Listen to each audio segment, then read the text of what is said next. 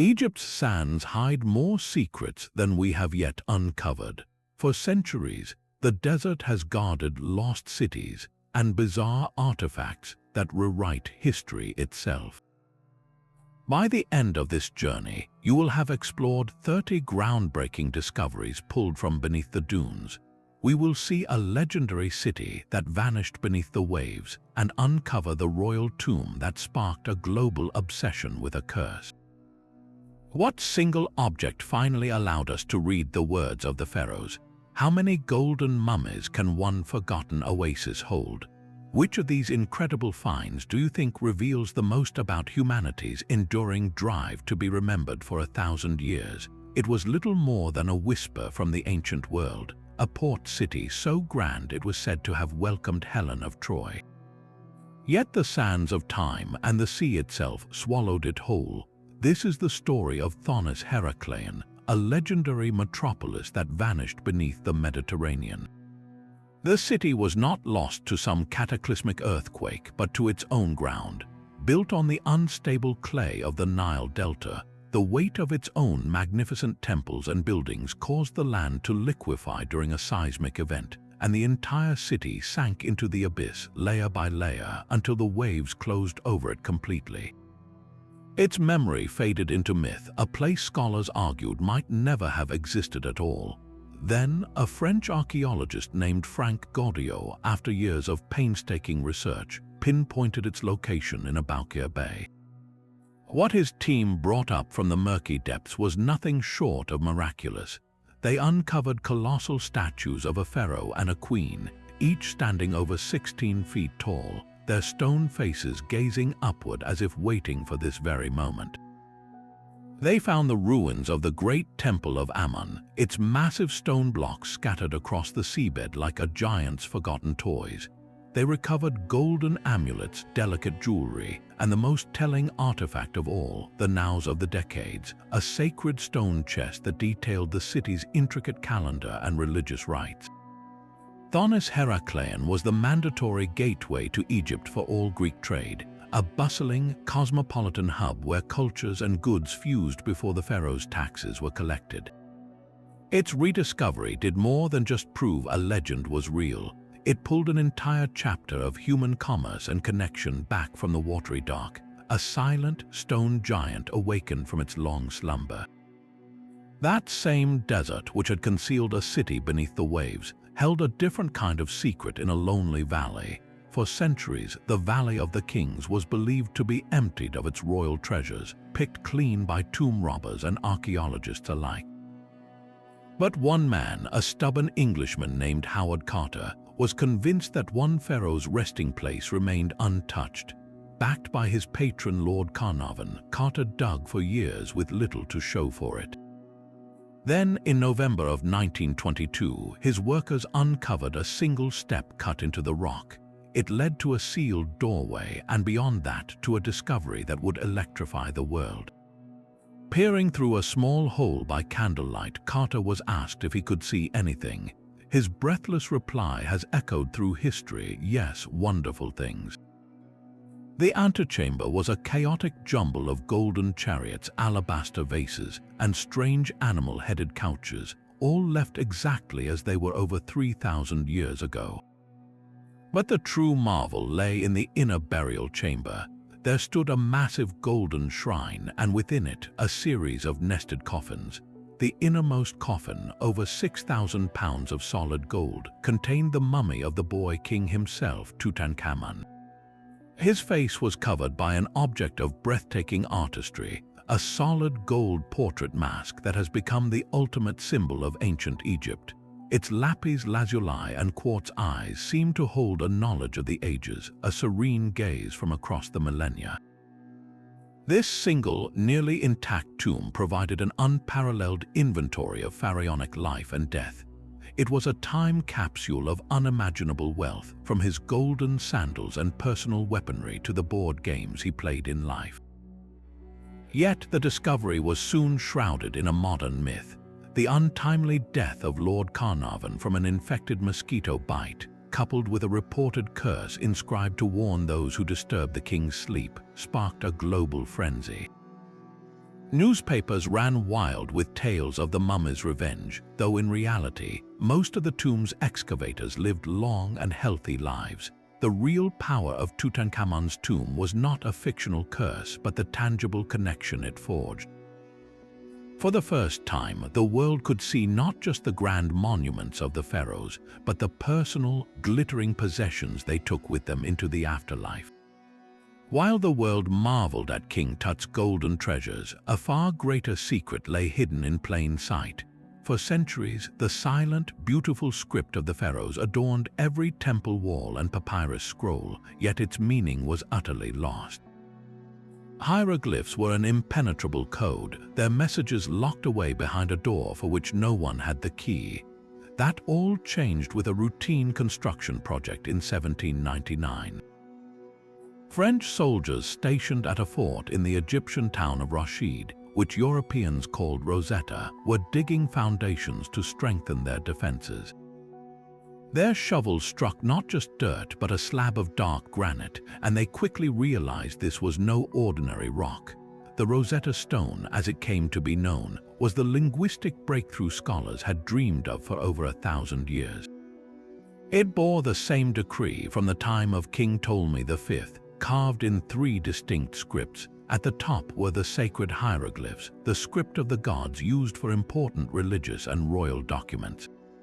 In the middle was Demotic, the everyday cursive script of the common Egyptian people, and at the bottom was ancient Greek, the language of the ruling administration, which was still well understood by scholars. This was the ultimate parallel text, a single message repeated in 3 different languages, and it gave researchers the first real tool to begin the decipherment. But cracking this code was not a simple task. It sparked an intense international race, a fierce scholarly battle of wits between England and France. For 2 decades, many brilliant minds tried and failed to make significant progress. The true breakthrough came from a French linguist named Jean-François Champollion, a man who had been obsessed with ancient languages since he was a boy.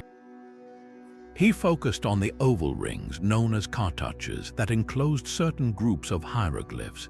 He correctly guessed these cartouches highlighted the names of royalty.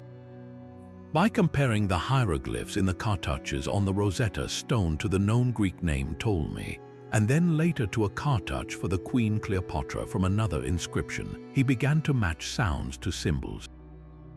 He proved that hieroglyphs were not just abstract pictograms, but a complex system that could represent sounds of the Egyptian language, just like our own alphabet. The impact of this single discovery cannot be overstated. It was as if a great light had been switched on in a dark library filled with millions of unread books. Suddenly, every inscription on every tomb and temple could be read. The voices of the pharaohs, their histories, their prayers, and their daily lives were finally audible after more than a millennium of silence. The Rosetta Stone did not just unlock a language, it resurrected an entire civilization, giving us the dictionary to understand everything that would be found in the sands thereafter. Even as the Rosetta Stone gave the pharaohs back their voices, another discovery was waiting to grant them passage to the stars. In 1954, an archaeologist named Kamel El-Malak was clearing rubble from the southern face of the Great Pyramid of Giza. His work was meticulous, focused on the dusty ground when he noticed something unusual, a row of massive limestone blocks that seemed too perfectly cut, too intentionally placed to be simple paving. His curiosity piqued. He ordered the slabs lifted. What they revealed was a deep, rectangular pit, hermetically sealed for over 4,500 years. Inside was not gold or jewelry, but a breathtaking collection of carefully arranged cedarwood planks, ropes, and oars, all coated in a white powdery substance that was identified as gypsum. This was the solar boat of Pharaoh Khufu, the very king who built the Great Pyramid, and it had been buried in a state of perfect, disassembled preservation. The boat's purpose was not for sailing the Nile, but for a cosmic voyage. The ancient Egyptians believed that in the afterlife, the resurrected pharaoh would need to join the sun god Ra on his eternal journey across the sky. This vessel was his celestial taxi, a divine craft designed to carry his soul through the heavens. It was a religious concept made stunningly tangible. The challenge then became putting this ancient puzzle back together. The reconstruction was a monumental task, a delicate, three-dimensional jigsaw puzzle that took years to complete. Each of the 1,224 pieces, from the smallest peg to the massive 44-meter-long hull, had to be studied and fitted without the use of any nails, relying instead on an intricate system of mortise and tenon joints and rope lashings. When finally assembled, the world saw a masterpiece of engineering. The sleek, elegant craft proved that the Egyptians were master shipwrights, capable of building vessels of incredible sophistication long before many other civilizations. The boat's design, with its papyrifform shape echoing the earliest river craft, was a direct link to their deepest traditions. This was not merely a buried artifact, it was a fully functional, sacred machine, a testament to a belief system so powerful it compelled an entire nation to build a skyward vessel for a single soul's eternal journey. What other celestial chariots might still be hidden, resting in pieces, waiting for their own moment to be made whole again? The desire to journey with the sun god was not a privilege reserved for pharaohs alone. Far from the royal valleys and the great pyramids, in a remote desert oasis, ordinary people dreamed of their own golden afterlife. In 1996, a donkey being ridden by an antiquities guard stumbled. Its hoof broke through the crust of the desert in the Bahariya oasis, revealing not sand but a hollow space below. That single misstep led to the unearthing of an entire city of the dead, a sprawling necropolis so rich in gold it was instantly named the Valley of the Golden Mummies. Archaeologists led by Zahi Hawass soon realized this was not a small cemetery, but a vast network of tombs dating to the Greco-Roman period, a time when Egypt was ruled first by the Greeks and then by the Roman Empire. The sheer scale was staggering. Initial excavations revealed more than 250 mummies, but ground-penetrating radar suggested the site could hold more than 10,000 individuals, a population of the deceased waiting in the dark. What made this find so breathtaking was the sheer diversity of the mummies and their burial styles. This was not a uniform royal burial ground, but a cross-section of an entire provincial society. Some mummies were simple, wrapped in linen and placed directly in the sand. Others were housed in elaborate family tombs, with multiple chambers filled with offerings of wine and dates for the long journey ahead. But the most spectacular were the gilded ones. Many of the deceased wore stunning plaster masks covered in a layer of gold, their faces painted with serene smiles and wide, inlaid eyes that seemed to watch you from across the centuries. Some were decorated with intricate scenes of Egyptian gods, a beautiful fusion of traditional beliefs and the artistic styles of their Greek and Roman rulers. One particularly stunning mummy, a woman, was found with a golden crown depicting 4DECOR a TIVE Chinese letter, a symbol of the goddess Isis protecting her for eternity. This valley tells a story not of kings, but of a thriving, prosperous middle class in a remote trading post. The people buried here were merchants, farmers, and local officials who grew wealthy from the oasis's production of wine and dates. Their mummies, especially the golden ones, show that the hope for a glorious afterlife, once a royal monopoly, had trickled down to the common people. They could now afford the rituals and trappings that would ensure their safe passage to the gods. The Valley of the Golden Mummies is a powerful reminder that history is not only written in the tombs of pharaohs, but in the silent, golden faces of thousands who simply wish to be remembered. What other vast cities of the dead, filled with the dreams of ordinary people, still lie hidden beneath the shifting sands, waiting for a single misstep to bring them back into the light? While the golden mummies dreamed of eternity, a far more ambitious vision was taking shape just a few centuries after the first pharaohs united Egypt. This vision belonged to a king named Djoser and his chief architect, a genius named Imhotep. before their collaboration, royal tombs were simple, flat-topped mud brick structures called mastabas. But Imhotep dared to think in a new dimension, stacking one mastaba on top of another, each one smaller than the last, reaching not just into the ground but powerfully toward the sky.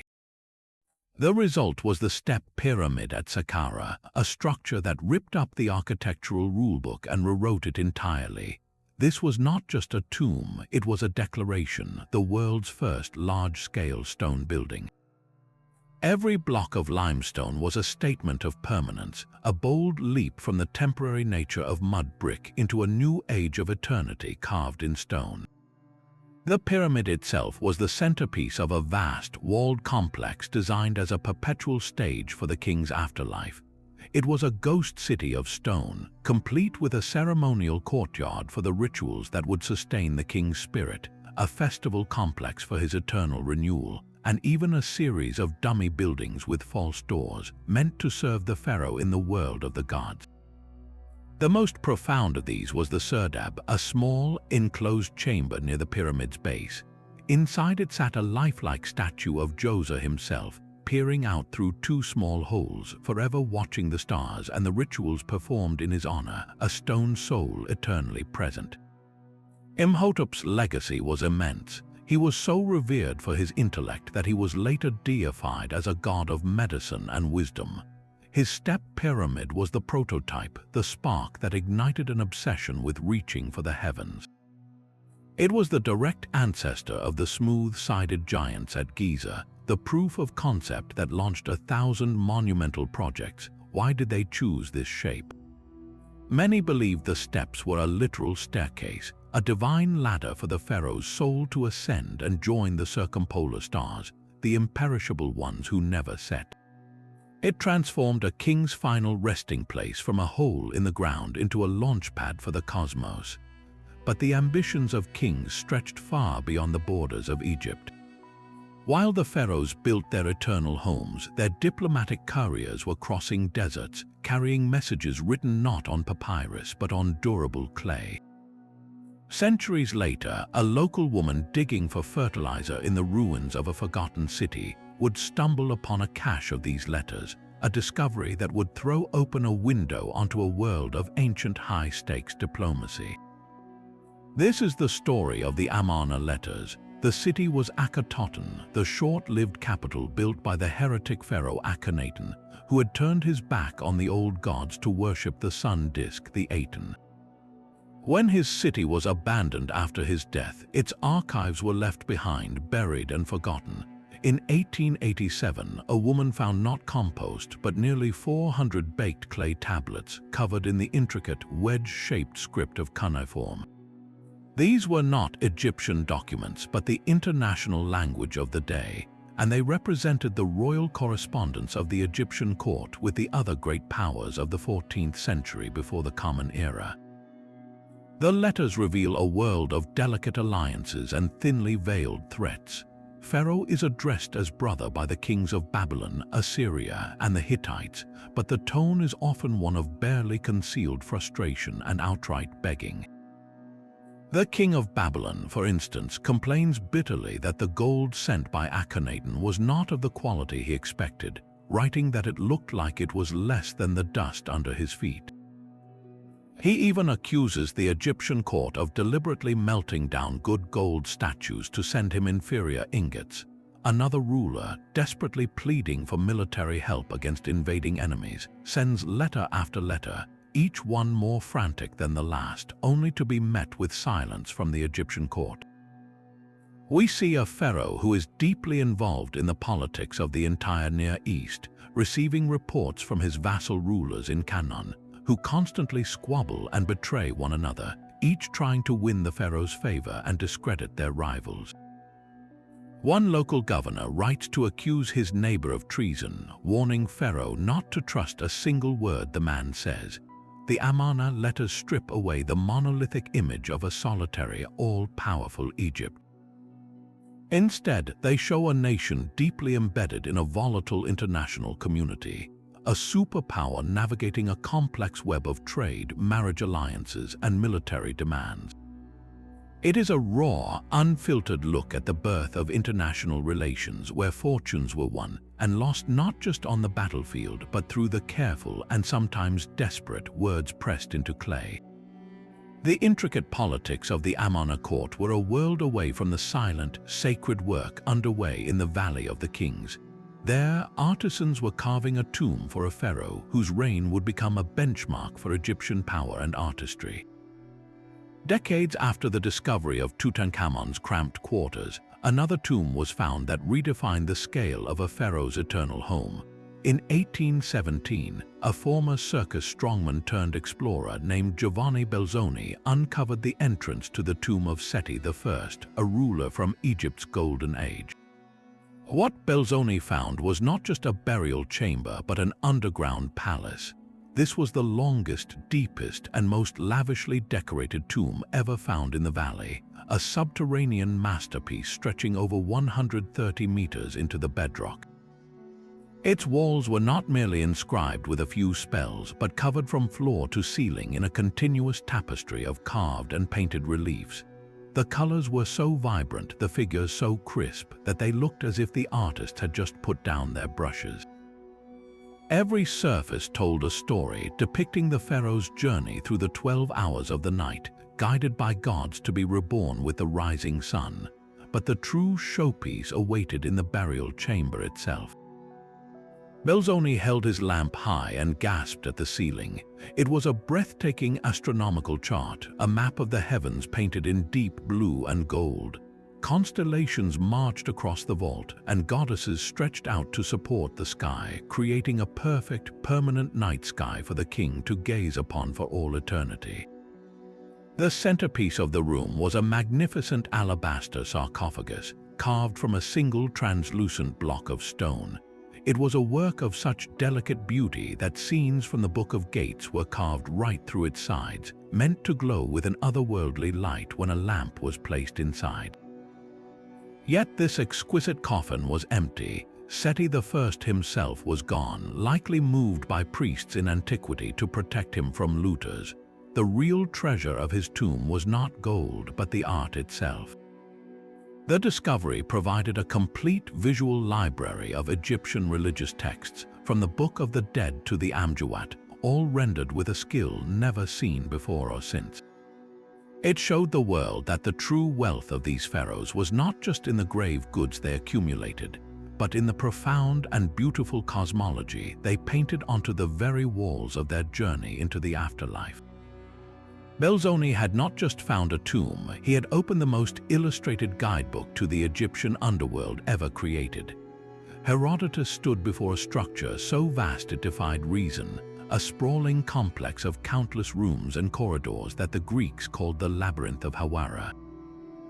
He wrote that it eclipsed even the pyramids, a monument of 12 roofed courts and 3,000 chambers, half above ground and half below, whose passages were so bewildering that no one could find their way without a guide. For centuries, his account was dismissed as the exaggerated tale of a wonder-struck traveler. But the truth, as always, was buried just beneath the surface. This labyrinth was the funerary temple for the pyramid of Pharaoh Amenemhat III, a leader known for his ambitious irrigation projects and a long, prosperous reign. His mortuary complex was designed not just as a tomb, but as an administrative and religious capital for his eternal rule, a place where every god of Egypt had a shrine and every province had a hall. It was meant to be a microcosm of his entire kingdom, frozen in stone and mudbrick for eternity. Modern archaeologists, led by figures like Flinders Petrie, have battled the waterlogged ground to uncover its foundations. Their work revealed a staggering reality. The labyrinth was not a myth. The footprint they mapped was immense, a grid of stone foundations that once supported a city-sized structure. Petrie estimated that the original building covered an area larger than the Great Temple at Karnak. The upper levels were quarried away in later eras, their precious limestone carted off for other projects, which is why only the ghost of its plan remained. But why would a pharaoh build such an impossibly complicated place? It was likely the ultimate expression of royal power and religious duty. By gathering all the gods and all the regions of Egypt under one labyrinthine roof, Amenemhat III was consolidating his power in death, creating a spiritual command center from which his soul could oversee the perpetual functioning of the nation. It was a wonder not for its height like the pyramids, but for its staggering complexity, a maze built not to keep something out, but to contain the entire universe of Egyptian belief within its walls. That ambition to carve the cosmos in stone required a mastery of raw material on an almost unimaginable scale. Deep in the granite quarries of Aswan, one colossal failure reveals more about Egyptian engineering than 1,000 perfect monuments.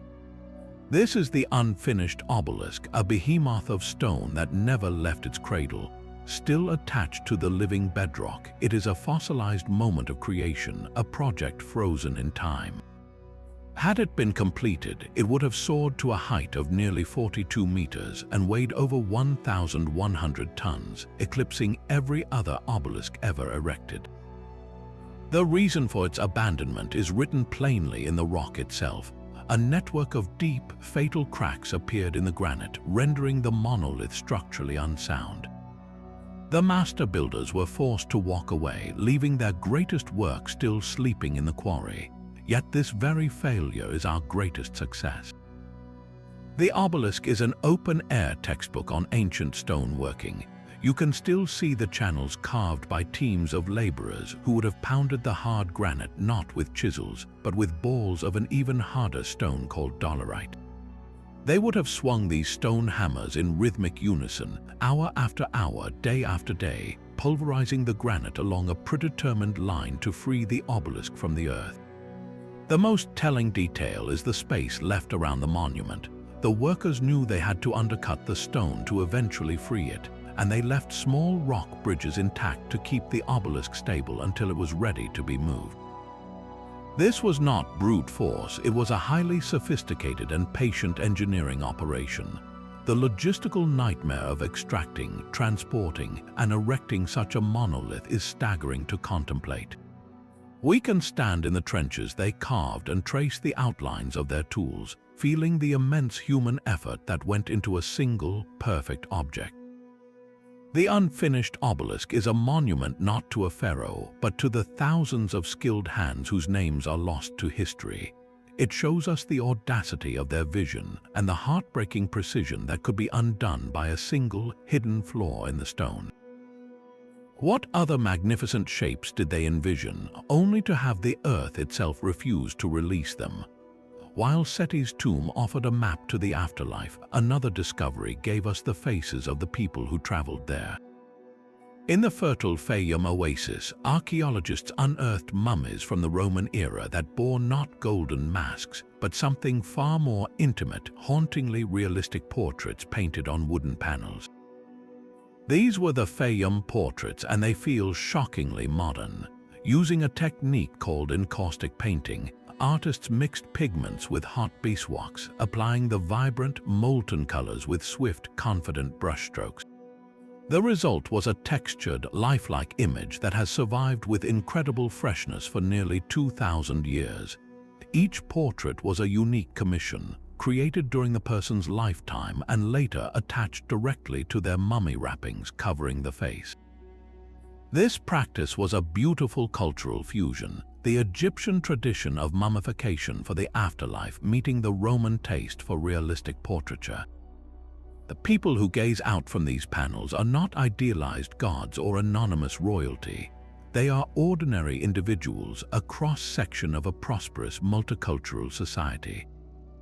We see a young man with delicate curls and a thoughtful expression, a girl with stunning gold earrings and large, dark eyes that hold a hint of sadness, and a stern-faced man in a white tunic, his beard meticulously rendered. They look like people you might pass on the street, their personalities captured with a psychological depth that feels utterly contemporary. The jewelry they wear, the hairstyles they sport, and the clothing they are depicted in are all meticulously Roman in fashion, telling us exactly what was in vogue in 2nd century Egypt. These are not silent statues, but snapshots of real lives frozen in time. They show us the living, breathing residents of a bustling Roman province, individuals who were wealthy enough to commission their own likeness and who held onto both their Egyptian spiritual beliefs and their Roman cultural identity. In their direct, unblinking gazes, we are not looking at an ancient artifact, but into the eyes of a human being from 2 millennia ago, a connection so immediate it can make the centuries between us simply vanish. Yet the faces from Fayum are personal memories, while the pharaohs themselves required an official, permanent record of their lineage. Carved into the sacred walls of the Temple of Seti, the first at Abydos, is a king list with a very specific agenda. This is the Abydos King List, a monumental chronology that names 76 of Seti's royal predecessors in a clean, unbroken line. It was not meant to be a complete, honest history. Its purpose was spiritual and political, a powerful piece of propaganda designed to legitimize Seti's rule by proving his direct connection to the divine kings of the past. By showing his son, the future Ramses II, venerating this long line of ancestors, Seti was cementing his family's rightful place in the eternal order of things. But a closer look reveals the silences are as loud as the names. Certain pharaohs were deliberately erased from this hall of fame. The female pharaoh Hatshepsut, a ruler who defied tradition to lead Egypt into a golden age, is conspicuously absent. Her reign challenged the male-dominated concept of kingship, so later pharaohs chiseled her out of history, removing her from monuments and king lists like this one. The heretic king Akhenaten, who abandoned the old gods for his single deity, the Aten, was also scrubbed from the record. His religious revolution was seen as a catastrophic disruption, and after his death, the priesthood worked to obliterate his memory, ensuring he would not have a place in the official lineage.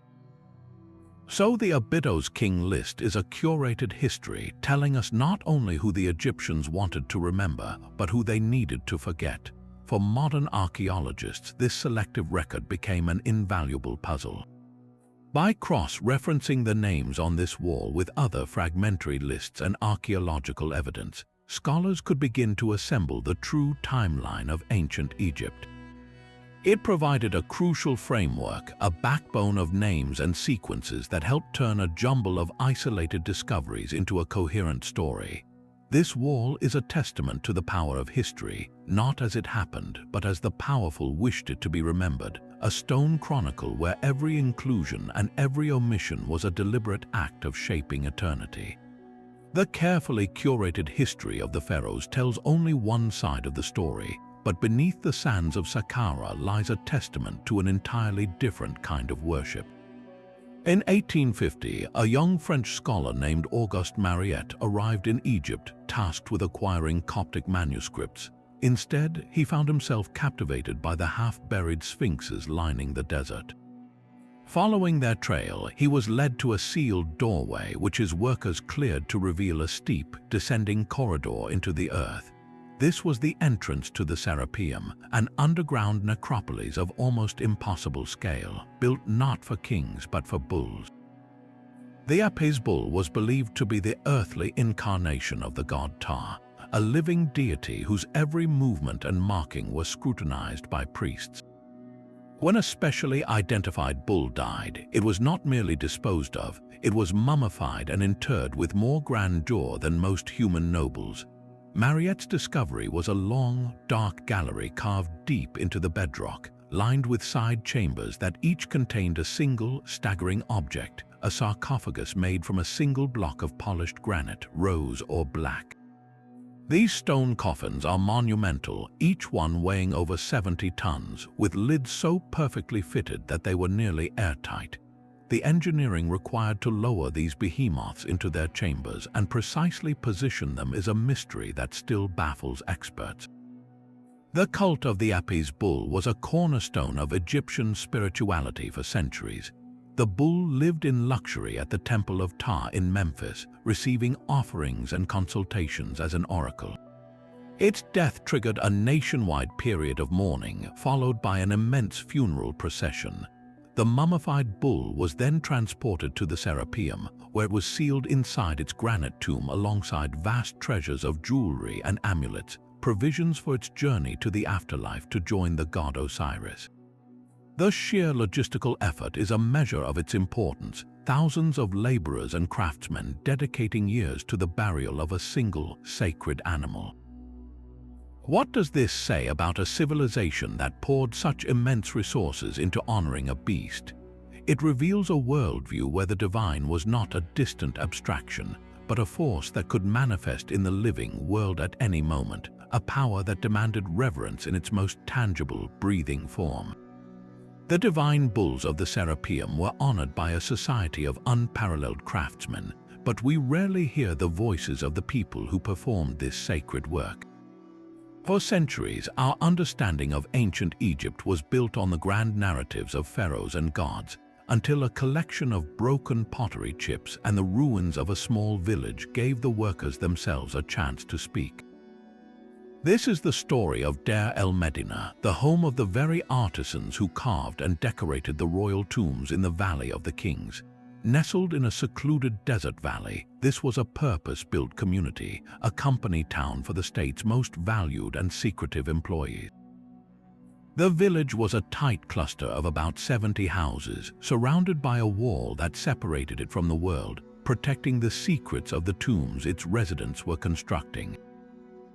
The dry desert air preserved this settlement so perfectly that walking through its streets today feels eerily present, as if the inhabitants have just stepped out.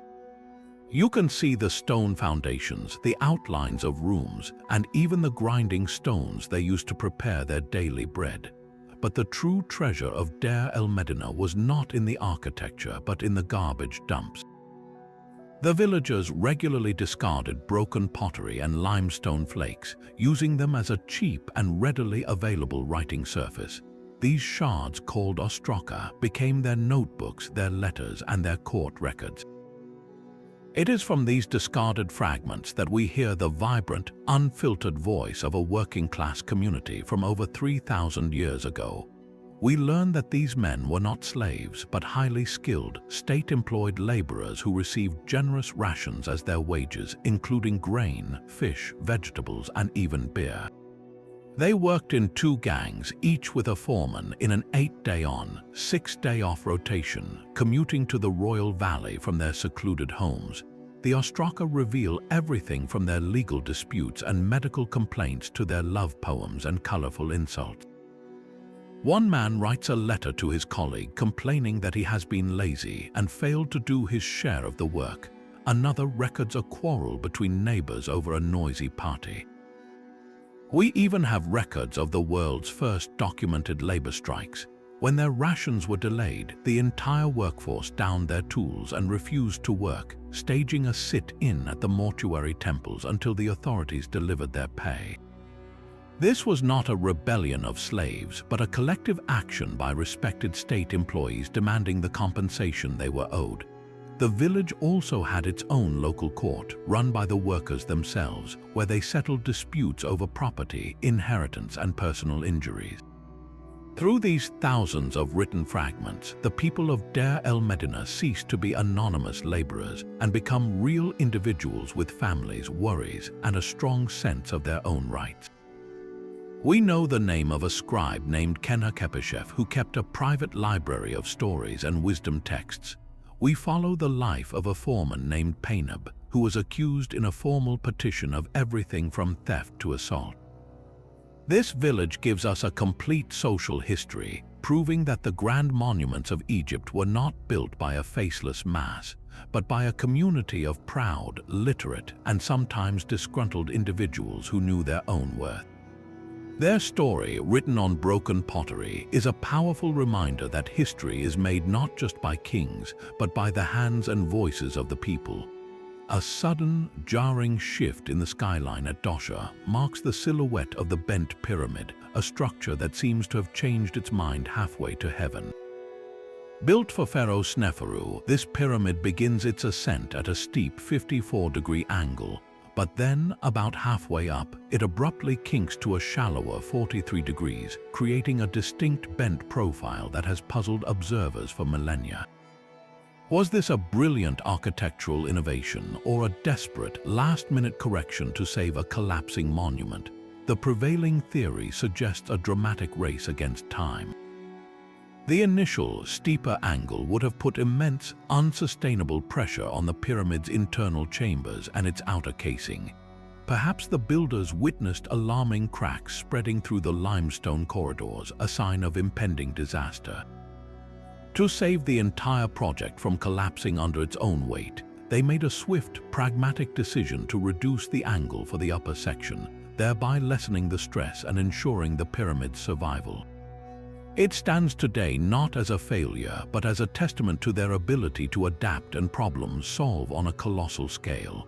Yet another theory posits that this was not a panic-driven fix, but a deliberate, cautious design.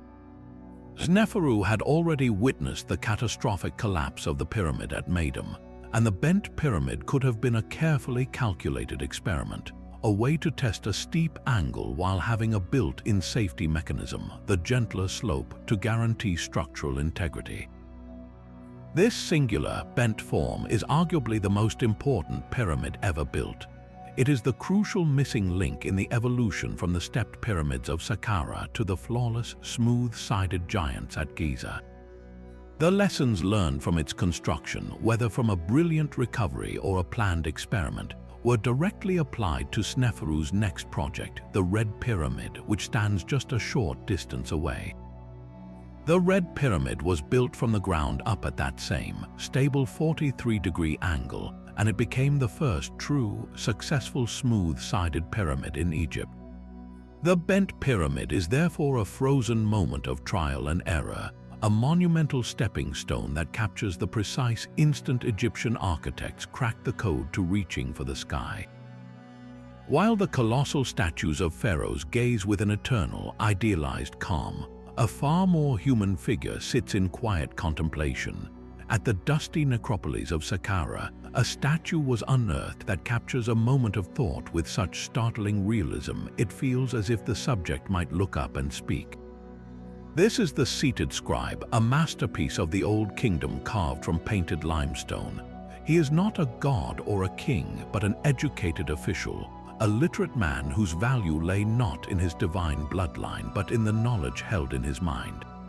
His body is soft and realistic, showing the comfortable life of a scholar rather than the rigid, muscular form of a warrior. He sits cross-legged, a posture familiar to any student, with a papyrus scroll partially unrolled across his lap. His hand, now empty, once held a brush, forever poised to record the words of his superiors. But the true soul of this statue lies in its eyes, crafted from polished rock crystal with copper eyelids. They are masterpieces of inlay. The craftsman placed a small copper peg behind each crystal lens to catch the light, creating a startling, lifelike sparkle and a sense of deep, intelligent awareness. He seems to be listening intently, his alert expression frozen for over 4,500 years. The seated scribe is a powerful testament to the skill of Old Kingdom sculptors who could move beyond symbolic grandeur to capture individual personality. It also reveals a crucial shift in Egyptian society, where the ability to read and write, to administer and record, was becoming a path to status and immortality. In a world dominated by divine kings, this statue immortalizes the quiet power of the educated class, the men who made the empire function with every mark of their brush. His watchful eyes remind us that history was written not only by the hands that ruled, but by the hands that held the pen. The quiet scholar with his knowing eyes represented a system of power, but one of the most powerful rulers to ever command that system was nearly erased from history entirely. The female pharaoh Hatshepsut had been systematically scrubbed from monuments, and king lists her legacy a ghost in the official records of Egypt. For over a century, archaeologists knew she had reigned, but her mummy was considered lost, perhaps destroyed by those who sought to obliterate her memory. The search for her remains became one of Egyptology's most tantalizing cold cases. The trail grew warmer in 1922, the same year Tutankhamun's tomb was found, when Howard Carter investigated a small, nondescript tomb known as KV-60. Inside, he found two female mummies, but the tomb was so sparsely furnished that it was dismissed as an unimportant burial and promptly resealed. Decades later, in the early 21st century, a team led by Dr. Zahi Hawass decided to re-examine these forgotten mummies using modern technology. One of them, an overweight woman lying on the floor, was initially overlooked. But a CT scan revealed something startling. The woman had died in her 50s, was obese, had bad teeth, and evidence of bone cancer. More crucially, the scan showed she had a missing molar on the right side of her jaw. This single detail was the key. Elsewhere, in a small wooden box inscribed with Hatshepsut's cartouche, a team had found a preserved liver and, most importantly, a single tooth. It was a molar. The team's lead dentist took the tooth from the box and gently placed it into the gap in the mummy's jaw. It was a perfect, seamless fit. The mystery was solved. The overlooked mummy from the insignificant tomb was none other than Hatshepsut herself, one of Egypt's most successful and prosperous pharaohs. This was the ruler who launched vast trading expeditions to the land of Punt, bringing back living trees and vast riches, and who commissioned the magnificent terraced temple at Deir el-Bahari, a masterpiece of ancient architecture. Her mummy had not been desecrated, but simply hidden away, perhaps by a loyal priest to save her from the wrath of her successors. The discovery did more than just identify a body, it restored a legacy. It gave a physical form to a ruler who defied tradition to lead her kingdom into a golden age, and whose story was almost stolen from history twice, first by ancient chisels and then by the slow decay of time. Long before the first pyramids cast their shadows, an artist held a piece of ivory and began to carve a story. This is the Nakoda knife handle, a stunning artifact from a pre-dynastic grave that dates back over 5,000 years. It was a time before written history, before pharaohs, when Egypt's identity was just beginning to take shape. The handle itself is a masterpiece of miniature sculpture, covered from end to end in incredibly fine carvings that depict a vivid parade of life along the Nile. We see rows of animals, from domesticated dogs to wild Barbary sheep, and human figures engaged in what seems to be a dynamic scene of conflict or a ritual hunt. This is not random decoration. It is one of the earliest examples of complex narrative art ever discovered in Egypt, a comic strip carved in ivory from a world without words. The precision of the work is breathtaking, with each figure rendered in exquisite detail, suggesting the artist was not merely decorating a tool, but recording a vital story for their community. The choice of a knife handle is itself significant.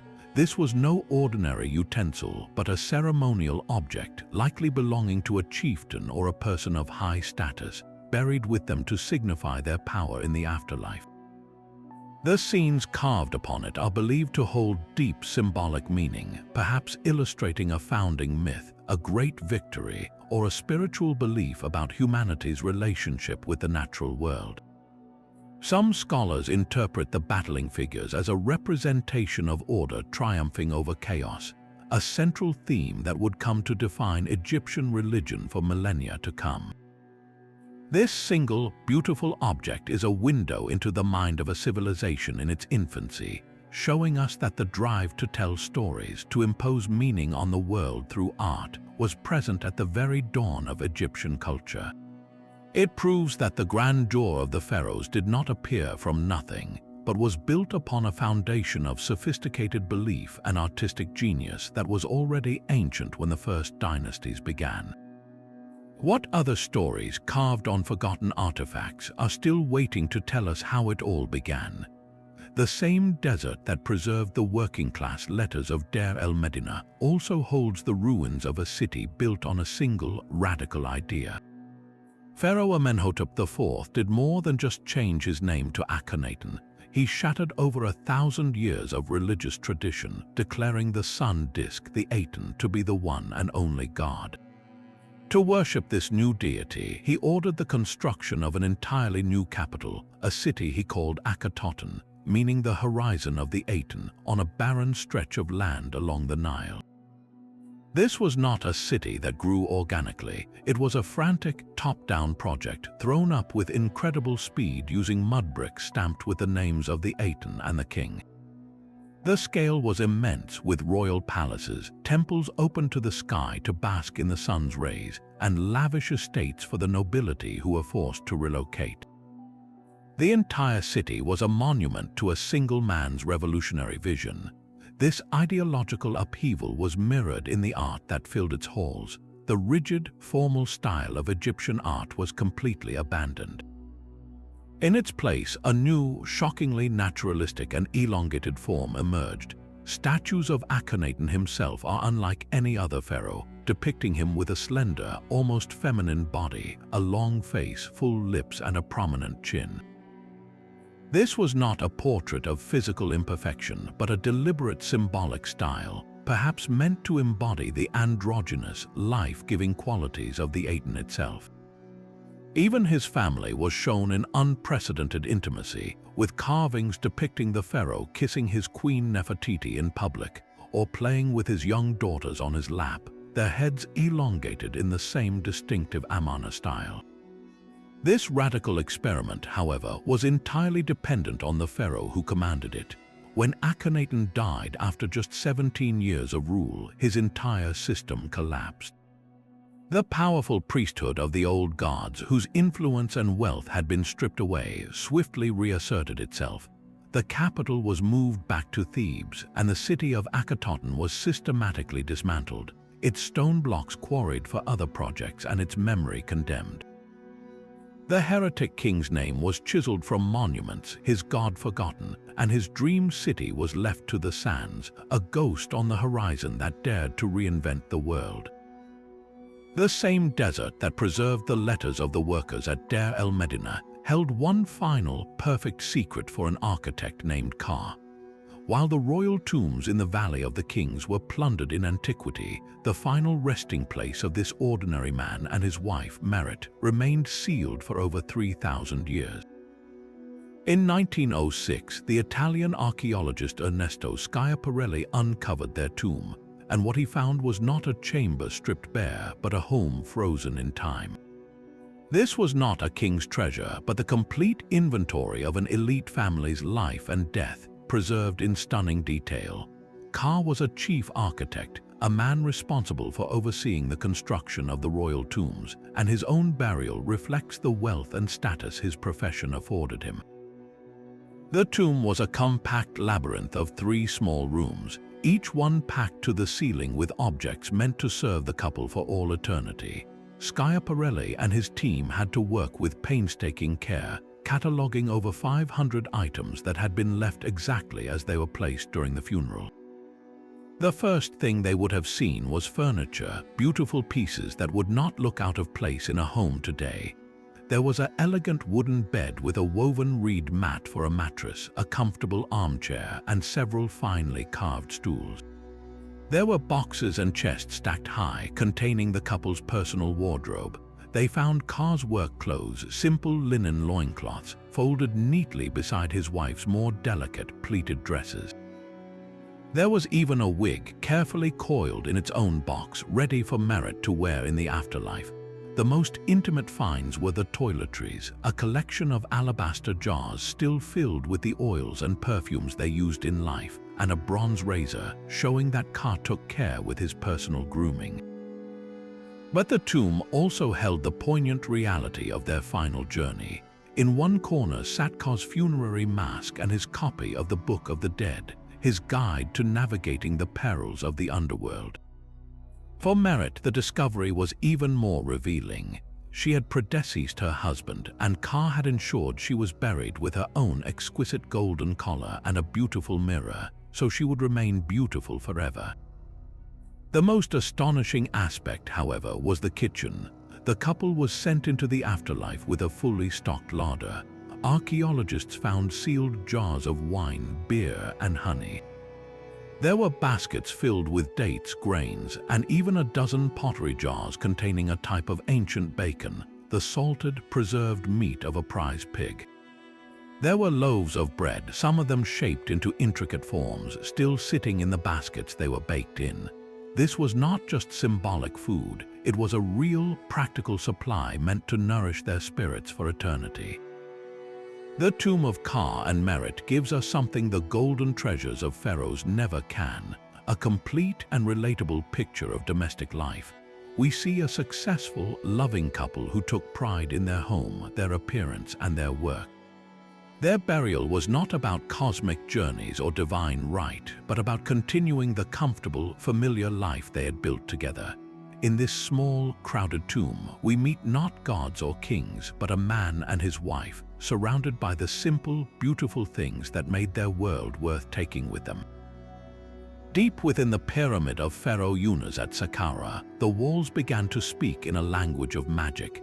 These are the pyramid texts, the oldest known religious writings in the world, carved not on fragile papyrus, but directly into the very stone of the burial chamber to last for eternity. They are not a historical record, but a collection of over 700 spells, incantations, and prayers designed as a divine guidebook for the king. Their purpose was singular and profound, to protect Unas from the dangers of the underworld and to propel his soul toward an eternal life among the stars.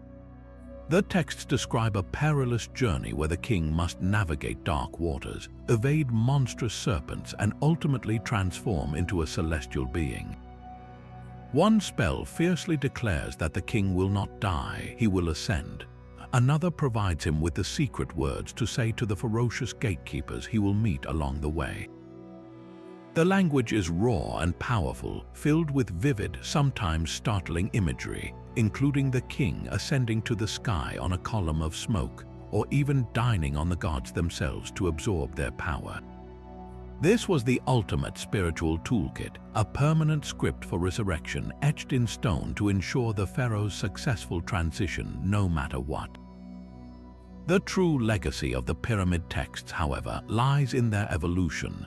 They were the original source, the sacred wellspring from which all later Egyptian funerary literature flowed. Over centuries, these royal spells trickled down from the pyramids to the elite, adapted and expanded upon the coffins of nobles to become what we call the coffin texts. Later still, they were democratized even further, written on papyrus scrolls placed with commoners, and evolved into the famous Book of the Dead. The silent chamber of Unas contains the genesis of a complete religious tradition, the first attempt to codify humanity's hopes for what lies beyond the final horizon. Two massive stone sentinels still keep their watch in the Theban plains, standing where a mighty temple once sprawled. These are the colossi of Memnon, twin statues of Pharaoh Amenhotep III, each towering over 60 feet tall and weighing an estimated 700 tons. Carved from single blocks of quartzite sandstone, they depict the pharaoh seated on his throne, his hands resting on his knees, gazing eternally toward the rising sun. They were originally designed to guard the entrance to the king's immense mortuary temple, a complex so large it was said to rival Karnak itself. But while the temple was gradually washed away by the Nile's annual floods and quarried for its stone, these two giants alone endured. Their survival made them famous throughout the ancient world, but one of them gained a reputation that went far beyond mere size. The northern statue, damaged by an earthquake in 27 before the Common Era, developed a mysterious crack in its lower half. Then something magical began to happen. In the cool, damp air just after dawn, the damaged statue would often emit a distinct sound, a low, musical hum that many described as a mournful song or the twang of a broken lyre string. Greek and Roman travelers who associated the statues with the mythical Ethiopian king Memnon, who was slain by Achilles, interpreted this sound as the voice of Memnon greeting his mother, the dawn goddess Eos. They believed she was weeping mourning due for her lost son, and his song was his reply. This legend transformed the site into one of the ancient world's most popular tourist destinations. Roman emperors and elite travelers made the journey just to stand in the pre-dawn light and wait for the statue to sing. Many left inscriptions on the statue's feet and legs, recording their visit and their hope to hear the divine sound. The Emperor Hadrian himself was said to have been so moved by the experience that he returned a second time to be sure he had truly heard it. The phenomenon was likely a clever trick of nature. As the morning sun warmed the stone, moisture that had seeped into the crack overnight would rapidly evaporate, causing the stone to vibrate and produce that haunting musical note. It was a perfect natural marvel, a statue that literally came to life with the dawn. The singing finally stopped in the 3rd century of the Common Era when the Roman Emperor Septimius Severus, in an attempt to repair the Colossus, had the cracked sections reassembled, inadvertently sealing the source of its famous voice. Yet even in its silence, the Colossi of Memnon stand as a powerful testament not only to pharaonic ambition, but to humanity's timeless desire to find wonder and even a voice in the monumental ruins of the past. The artistry of the Nakoda knife handle was not an isolated masterpiece. Another blade, pulled from a pre-dynastic grave at Jebel el-Arak, tells a story that is even more mysterious. Its handle is a carved ivory tableau of power and chaos, but the figures it depicts are utterly foreign to the emerging Egyptian style. Here we see a central hero, a man often called the master of animals, who grasps 2 powerful lions by their necks, holding them at bay with superhuman strength. Surrounding him are scenes of intricate riverine warfare, with boats and combatants locked in a struggle. The style is not Egyptian, it is Mesopotamian. This is the art of the land between the Tigris and Euphrates rivers, a world thousands of miles away. How did such a distinctively foreign object find its way into an Egyptian grave centuries before the first pyramid was even a dream? The knife itself is a marvel of local craft, its blade a single, perfectly worked piece of golden flint, razor-sharp and deadly, but its handle is a passport from another world. This was not an object of trade in the way we think of it, not a simple commodity. It was likely the prized possession of a chieftain, a token of a connection that spanned continents. Perhaps it came with a traveler who followed the ancient routes through the Levant, or maybe it was a diplomatic gift between emerging elites. The Jebel el-Arak knife forces us to redraw the map of the ancient world. It proves that 5,000 years ago, the great civilizations of the Nile and the Fertile Crescent were not isolated cradles, but were already whispering to each other across the deserts. They were sharing ideas, art, and symbols of power long before history was written down. This single artifact suggests a proto-globalized world where the image of a hero taming nature's chaos was a powerful idea that could travel and take root anywhere. The walls of the high priest Petasiris tell a story of 2 worlds carefully stitched together. His tomb at Tuna el-Jebel is not a relic of a purely Egyptian past, but a vibrant snapshot of a culture in transition, a place where ancient traditions met the new artistic language of the Greeks. Carved during the Ptolemaic period, when Greek rulers sat on the Egyptian throne, the tomb's reliefs are a masterclass in cultural diplomacy. In one scene, you see the classic Egyptian profile with its stylized shoulders and hieroglyphic captions depicting the priest making offerings to Osiris. But look closer at the faces. The features are softer, more rounded, with a naturalism that is distinctly Greek. The figures have a sense of volume and shadow that would have been unthinkable in the rigid art of the pharaohs. In another panel, the daily life of the estate is shown, with workers harvesting grapes and pressing wine, yet their postures and the flow of their garments carry a Hellenic grace. This was not a clumsy mix of styles, but a deliberate and sophisticated fusion. Petasiris, as a high-ranking priest, was a guardian of Egypt's deepest spiritual traditions, yet he was also a man of his time, operating within a Greek-speaking administration. His tomb served as a bridge, assuring his people of his piety while demonstrating his connection to the new ruling class.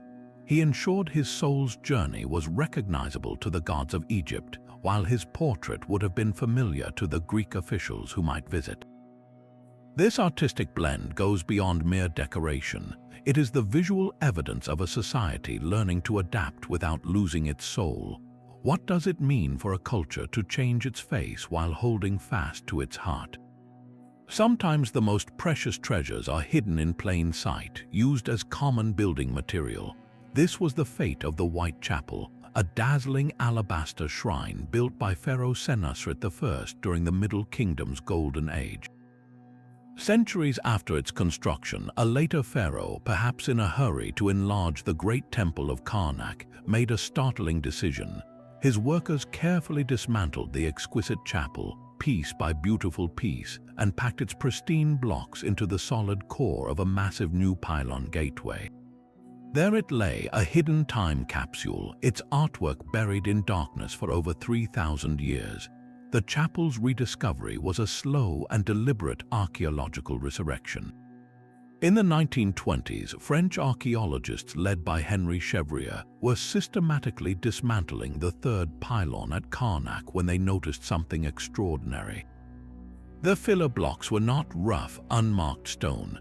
They were finely carved, covered in intricate reliefs, and made of the purest white alabaster. It was like finding pages of a lost manuscript stuffed inside a wall. The team faced a monumental three-dimensional puzzle. They had to carefully extract each block, catalog its position, and then figure out how they all fit back together. When they finally succeeded, the world saw the White Chapel in its full glory. It was a small but perfect pavilion, its open-sided structure allowing priests to carry sacred barks around it during festivals. The alabaster glowed with a soft, internal light, and every surface was a canvas for some of the most refined and detailed carvings from the Middle Kingdom. The reliefs showed Senusret in the company of the gods, but the true historical prize was a detailed king list carved on its base. This was not a complete history, but a carefully curated lineup of Senusret's royal ancestors, meant to legitimize his rule by connecting him directly to the revered kings of the past. The recovery of the White Chapel did more than just return a beautiful building to the world. It gave us a pristine window into the art, religion, and political messaging of a powerful and prosperous era. Its survival, thanks to being sealed inside a wall, is a testament to how one pharaoh's discarded filler became another era's most illuminating discovery. But the grandest tombs could not protect the pharaohs from the greed of the living. As the new kingdom crumbled, the Valley of the Kings became a hunting ground for thieves who stripped the royal dead of their gold and jewels, leaving their sacred remains to desecration. In a desperate act of preservation, the priests of the 21st dynasty performed one of history's greatest rescue missions. Under the cover of night, they gathered the desecrated mummies of the most powerful rulers Egypt had ever known. They carefully rewrapped them, labeled them with simple dockets of hieratic script, and transported them on a perilous journey to a secret, unmarked tomb far from the royal valley. Their destination was a deep, natural fissure in the cliffs at Deir el-Bahri, known today as Tomb DB 320. There, in a single, crowded chamber, they stacked the coffins of more than 50 kings, queens, and nobles, creating a hidden hall of fame that held the physical bodies of Ramesses the Great, his father Seti I, and the mighty Thutmose III. Then the priests sealed the entrance, erased all trace of their work, and vanished into the darkness, taking the secret with them. For 3,000 years, the royal cache remained untouched, its existence fading into a forgotten whisper. Then, in the late 1870s, the secret began to unravel. A local family from the nearby village of Qurna, the Abd el-Rashols, stumbled upon the hidden shaft. For a decade, they quietly and systematically plundered the tomb, selling priceless artifacts on the black market until the flood of royal antiquities caught the attention of the Egyptian Antiquities Service. An investigation was launched, and under pressure, one of the brothers confessed, leading authorities directly to the cliffside opening. What they found inside was a scene of breathtaking chaos. The air was thick and stifling. Coffins were stacked 3 deep, their royal occupants jumbled together in a tangled heap of history. A magnificent gilded coffin had been used as a makeshift step to reach others higher up.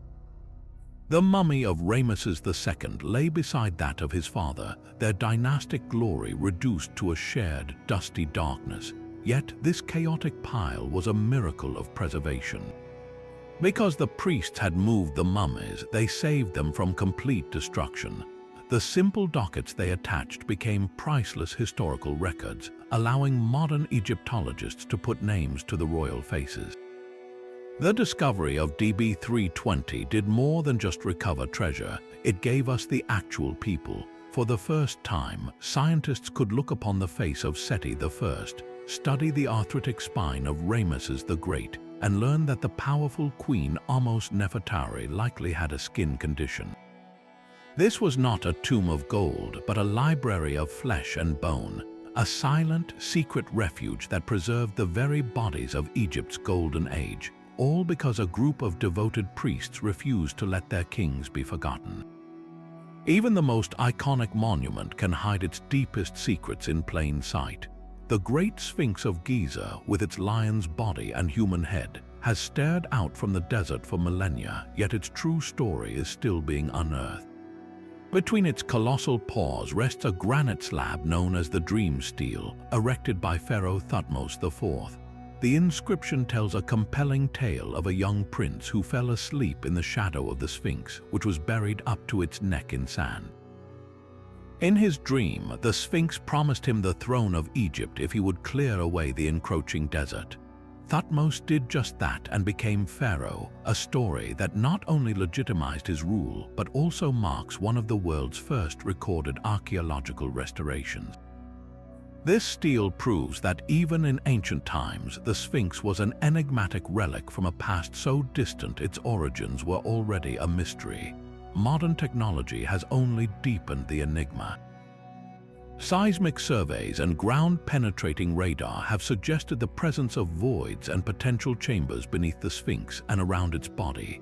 Some surveys indicate a large, rectangular cavity under its front paws, while others point to tunnels or rooms within the bedrock. These anomalies have fueled speculation about hidden halls of records or undiscovered tombs, though many Egyptologists argue they could be natural fissures or features from much later periods. The debate over its age is perhaps the most heated. The traditional view attributes the Sphinx to Pharaoh Khafre, builder of the second pyramid at Giza, dating it to around 2,500 years before the Common Era. However, a rival theory points to the pronounced water erosion on its limestone core body. This erosion, some geologists argue, suggests the Sphinx is much older, perhaps carved during a period when the climate was far wetter, pushing its origin back thousands of years before the pharaohs of the 4th dynasty. This would mean the Sphinx predates the very pyramids it guards, a revolutionary idea that challenges the established timeline of Egyptian civilization. Adding to the mystery is its original appearance. The head we see today, though weathered, is clearly that of a pharaoh, but the body is disproportionately small, leading some to wonder if it was originally the head of a lion, recarved later into a human likeness. Traces of pigment found near its ear suggest the entire statue was once painted in vivid colors, and fragments of a carved stone beard discovered at its base hint at a more elaborate, regal visage. Was it once adorned with a Nemes headdress and a full ceremonial beard, its face painted and its body gleaming? The Sphinx is not a static monument, but a living puzzle, its stone holding the whispers of debates about climate change, lost history, and the true dawn of monumental building in Egypt. Even in a society governed by divine order and strict protocol, the human need for laughter found its voice. Tucked away with the workman's notes at Deir el-Medina was a bizarre and wonderful scroll known as the satirical papyrus. This ancient cartoon strip turns the entire Egyptian worldview upside down, depicting a world where animals have taken on the roles of humans. In one absurd scene, a dignified lion standing on its hind legs is deeply engrossed in a board game with an antelope, its natural prey. The scene is both comical and deeply unsettling, a complete reversal of the natural hierarchy. A cat, acting as a servant, herds a flock of geese, while a mouse of high status is waited upon and groomed by cats, the very creatures that should be hunting it. This was not a children's fable, it was a sophisticated and daring piece of social commentary. Scholars believe this papyrus was a form of political satire, a clever way for the common people to mock the powerful elite and the rigid structures of their society. By casting the pharaoh's court as a zoo of ambitious animals, the artist could safely critique greed, corruption, and social climbing without directly naming names. It poked fun at the absurdity of a world where the weak served the strong, perhaps questioning if the established order was as natural and just as it claimed to be. Or perhaps at its heart, it was simply a testament to timeless human humor, a reminder that even 4,000 years ago, people loved a good joke that turned their reality on its head. This single, fragile papyrus reveals a dimension of ancient Egypt we rarely see, proving that behind the monumental stone faces and sacred rituals lived people who knew how to laugh at the world and at themselves. Yet even the grandest royal cache cannot compare to the intimacy of a family tomb. In 1905, while excavating in the Valley of the Kings, a team led by James Quibble uncovered a burial that had somehow escaped the notice of ancient looters. This was the final resting place of Yuya and Thuya, the parents of Queen Tiye and the great-grandparents of Tutankhamun. When they broke the seal and entered the single chamber, they were met not with chaotic plunder but with perfect order. The air was still and dry, preserving a scene frozen for over 3,000 years. This was the most complete and opulent noble burial ever found in Egypt, a discovery that set the standard for what a wealthy 18th dynasty tomb should contain, long before Tutankhamun's treasures were ever imagined. The couple lay in their nested coffins, surrounded by the exquisite furniture of their daily lives and their journey to the afterlife. The quality of the objects was staggering, rivaling that of any pharaoh. Yuya's outer coffin was covered in brilliant gold leaf, and his mummy was so perfectly preserved that his face and white hair were clearly recognizable, giving us the serene visage of a man who lived at the very heart of power. Thuya's gilded coffin was equally magnificent, and her features too were remarkably intact, but it was the contents of the tomb that truly told their story. There was a beautifully crafted chariot, its wood still strong, a symbol of their high status. They were buried with their beds and chairs, all of elegant, functional design. Chests contained their personal jewelry, including a stunning golden collar and intricately inlaid bracelets. There were elegant alabaster jars that still held the perfumed oils they used, and even their cosmetic boxes with combs and coal pots were present, as if they had just stepped away. One of the most telling objects was Yuya's shabti box, containing hundreds of small servant statues, each one carved with a unique face, ready to work for him in the afterlife. The tomb of Yuya and Thuya provided a crucial benchmark for understanding the period. It proved that the royal family and the highest nobles lived in a world of immense luxury and sophisticated craftsmanship. Every object, from a simple wooden stool to a golden necklace, was made with an artistry that spoke of a culture at its peak. This single, undisturbed chamber gave archaeologists a pristine model against which all other finds from this golden age could be measured, a quiet, personal prelude to the spectacular discovery of their great-grandson's tomb less than 2 decades later. Guarding the entrance to the boy king's burial chamber was a shrine of breathtaking beauty and profound purpose. Encased within a series of golden gilded wooden shrines, like a nest of sacred Russian dolls, was the canopic shrine of Tutankhamun. This was not a mere piece of furniture, it was a miniature chapel, a portable temple dedicated to the most intimate and crucial part of the king's transformation. Standing on a silver-plated sledge, the entire structure was covered in brilliant gold leaf, shimmering in the flickering torchlight as if it were made of solidified sunlight. But its true power resided in the four graceful figures that stood vigil at its corners.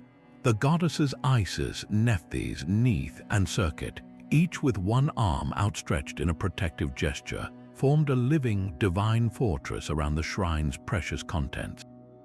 Their wings were spread, creating an eternal, symbolic embrace, ensuring that no malevolent force could ever breach the sanctity of what lay within.